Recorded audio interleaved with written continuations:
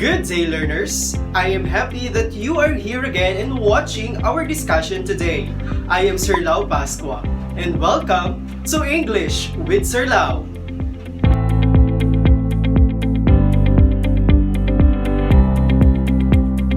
To start our discussion, what can you say about the following pairs of pictures?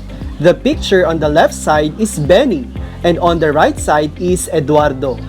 Benny is a baby while Eduardo is an old man. They are both males and in a smiling face.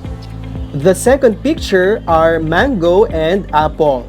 They are both fruits but with different tastes and appearance. Mango is color yellow when ripened while apple is red. And the last pair are scenario in education before and during the pandemic.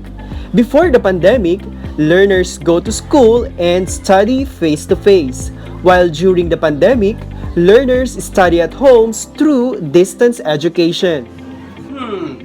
What skill did we use in our activity? You're correct. We just compared and contrasted the different pictures. For today's episode, we will learn about comparing and contrasting information from different texts. In definition, to compare is to identify the similarities of two or more ideas. For example, both Von and John enjoy playing basketball.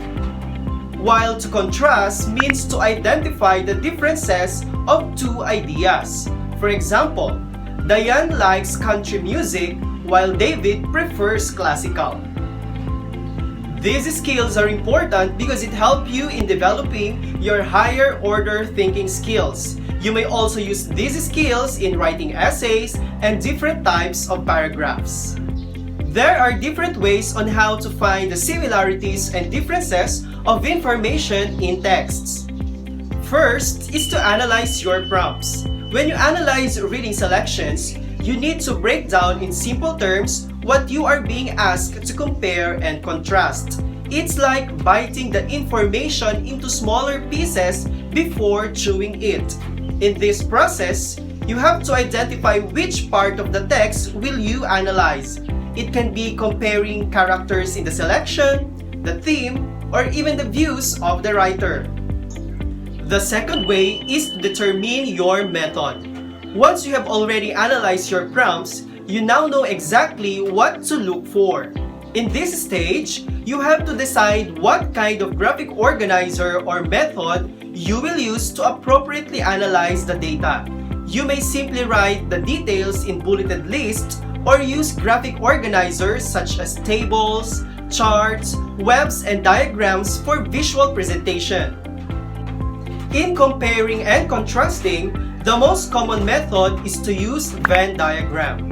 It was popularized by John Venn in the 1880s, hence its name, Venn diagram. To form the diagram, simply draw 2 or 3 intersecting circles, each representing the ideas or objects being compared. In the intersecting sections, write all the similarities. Then, in the outside section, write all the differences. The third way to find the similarities and differences of text is to find details. In this stage, you have to look for data, details, or facts that are related to the point of comparison.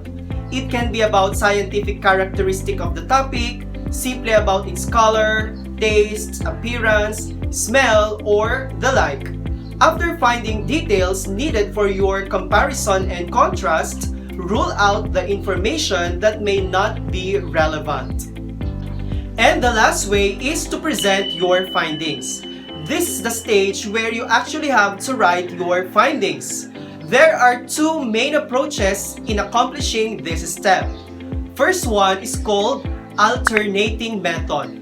In this method, you have to organize your findings by individual points, in which you have to discuss each subject in relation to each point. In simpler sense, it is writing your findings in an alternating way, that after you write the aspect of the first thing, you immediately write the same aspect of the second thing and how they are similar or different. The second approach is to organize by the subjects themselves, one then the other. This is called block method. It is done by writing first all the aspects of the first thing, then writing separately the aspects of the second thing. Let's understand it further through this example. Our thesis statement is, Spanish flu and COVID-19 are both causes of pandemic in the world. Just like the flu, COVID-19 most commonly begins with fever, tiredness, and coughing. However, many factors ranging from cause to complications set the two respiratory illnesses apart. If we use alternating method, we will have first point as causes of the two. For the cause of Spanish flu, all types of flu, the most common of which is influenza A, are caused by an influenza virus. There are hundreds of strains that mutate often. While for the cause of COVID-19 on the other hand is caused by a virus called SARS-CoV-2. It's part of a larger family of coronaviruses. Point 2 are their symptoms. For Spanish flu, seasonal influenza comes on suddenly. Its incubation period, the period of time between contracting the virus and showing symptoms, is 1 to 4 days. It typically causes several symptoms: fever or chills, cough, sore throat, runny or stuffy nose, muscle or body aches, headaches, fatigue, vomiting, and diarrhea. For the second point of COVID-19 symptoms may appear 1 to 14 days after initial exposure. The most commonly include fever, dry cough, fatigue, shortness of breath. Some patients experience additional symptoms: sore throat, runny or stuffy nose, body aches, diarrhea, and loss of taste or smell. Using the same thesis statement, here is an example of block method in writing your findings. In writing this, point 1 and point 2 of Spanish flu come together. And also with COVID-19, point 1 and point 2 come together.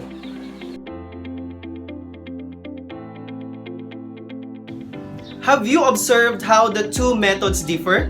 Have you also observed that alternating method is easier to understand? This is because similarities and differences are more obvious when placed next to each other. This is also the reason why this method is generally used in writing comparison and contrast. Do you remember my friend Charlie? He is with us today to give you a challenge and measure how far you understood our discussion today. In this activity, you will read a short text about an American and Chinese family written by Carrie Lee entitled Chinese and American Families. Then, you will write their similarities and differences using a Venn diagram. You may just pause and play this video so you'll have enough time to write your answer. Get ready for Charlie the Challenger!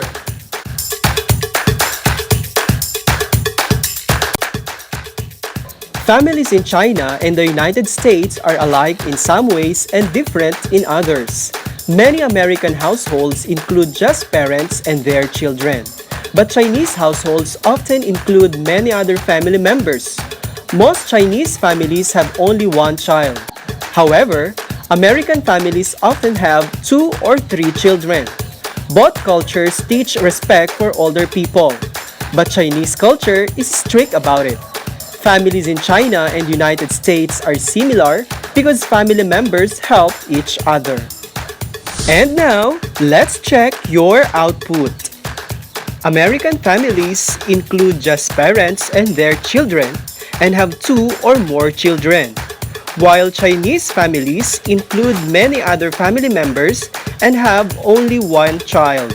And for their similarities, both of them have respect for older people and family members help each other. It's been a full of learning episode with you, dear learners. This is Sir Lau Pascua, leaving you a message to think about. Do not compare yourself from others. Instead, Look how far you have developed yourself and be challenged by the things you have to discover yet. After all, your story is different with the people around you. Thank you and goodbye.